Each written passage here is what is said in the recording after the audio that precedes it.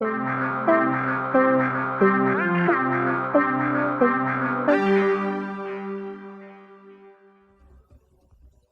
everybody, it's Chris here with another gameplay glimpse. This time we're looking at Who Wants to Be a Millionaire. This is the version that's out on the US PlayStation Store, done by Lydia, company out in Montreal, Canada. There's a couple different things you can do in this game. First I'll show you the awards. So if you've played any other of the Lydia game show video games, you'll know that you have these avatars that look a lot like avatars from Xbox, sort of, but a little bit different, and you can customize them with different hairstyles, clothing, that sort of stuff. And in this game it's a little bit different than how it usually is. Normally, like with Family Feud or even Hollywood Squares, it's just progressing through like the single player campaign to do it. But this time there's certain like ranks, I guess some of them are even trophies in the game, but there's different like levels that you have to get to unlock certain things. Like, so after you gain 2.5 million, you'll get a new thing, stuff like that. There's beating the game using all your lifelines on the final question, stuff like that. But yeah, there's some multiplayer ones as well, but I'm gonna hop in multiplayer first to show that off, since it's a little bit different than the normal Millionaire style of game. You can play locally, but there's also online, so I'll host a game here.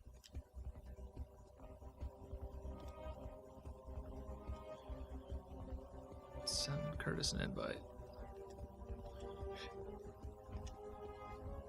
Alright, so basically how the invite works is you have to set the number of people that come to your room. If you pick a 3-person game and only have 2 people, you can't actually start the game, which is kind of disappointing. So we had that problem when we tried playing the first couple nights this game was out, because we were doing a little PSNstores.com tournament.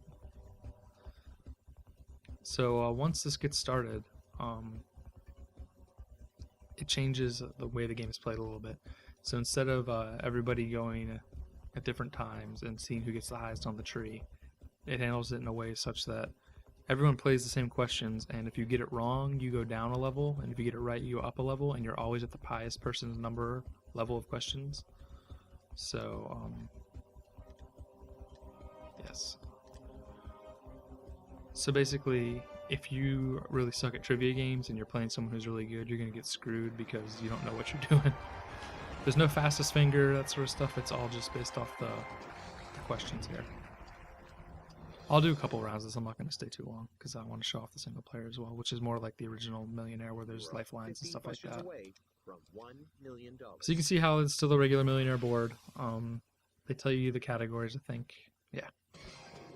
Which is a newer thing they added later in the seasons. Back when Regis was hosting this, they didn't have that sort of stuff. Who performs a handspring properly will finish by landing on what part of his or her body? A handspring. Hands, Finished by landing. back, feet, head. See, I kind of wish that I think the single player is a little different where you can't use the D-pad to answer questions. You see, so we both got it right, so we each go up to the next level. If you were to get it, you get 15 questions no matter what, so you have to get a perfect round to get to the million. And the ones that are orange are like the safety zones. If you get that far, you can't go below that for answering wrong. Second question. What letter of the alphabet completes the title of a 1957 song about Susie? I have no clue. E. C. Susie Q? U. Has to be Susie Q, right? So there's a good amount of questions I've noticed. I've got a couple repeats here and there, but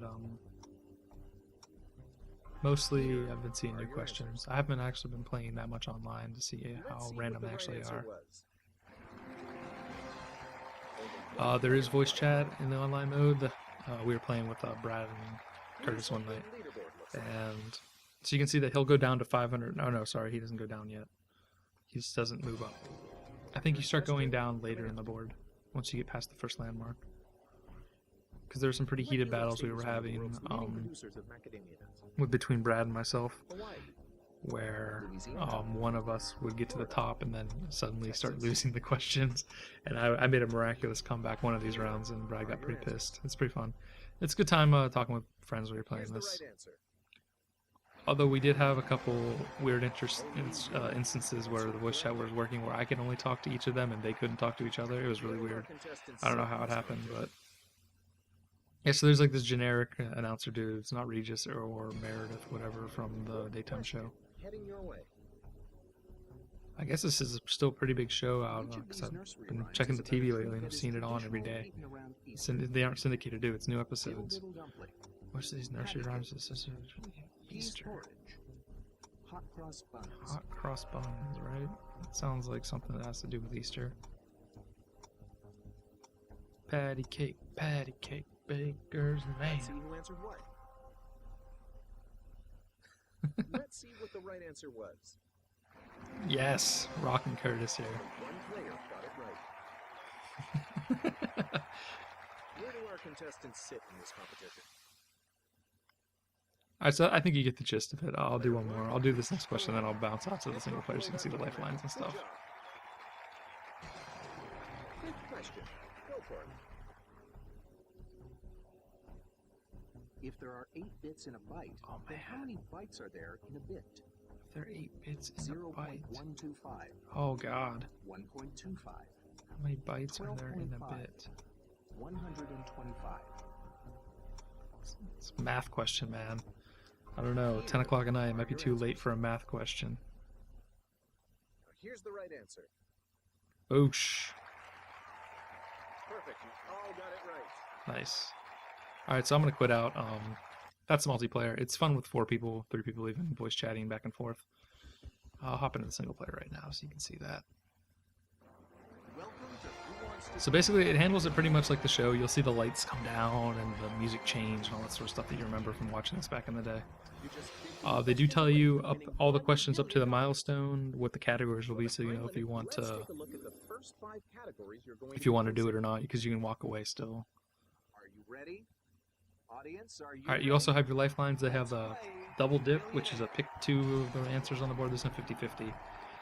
There's Ask the Audience, and there is Phone a Friend. And the Phone a Friend is pretty funny, because they just pick like some random person that they made up. And they're like, I think I'm 30% sure that this is it.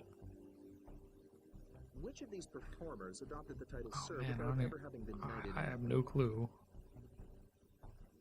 Sir Elton John, Sir Mix-a-Lot, Oh, Sir Mick Jagger. Is Sir that Mix-a-Lot, your man. Final answer. Seattle represent. That's right. You know your stuff, don't you? There's no way to like power through questions. You can't skip anything, that sort of stuff.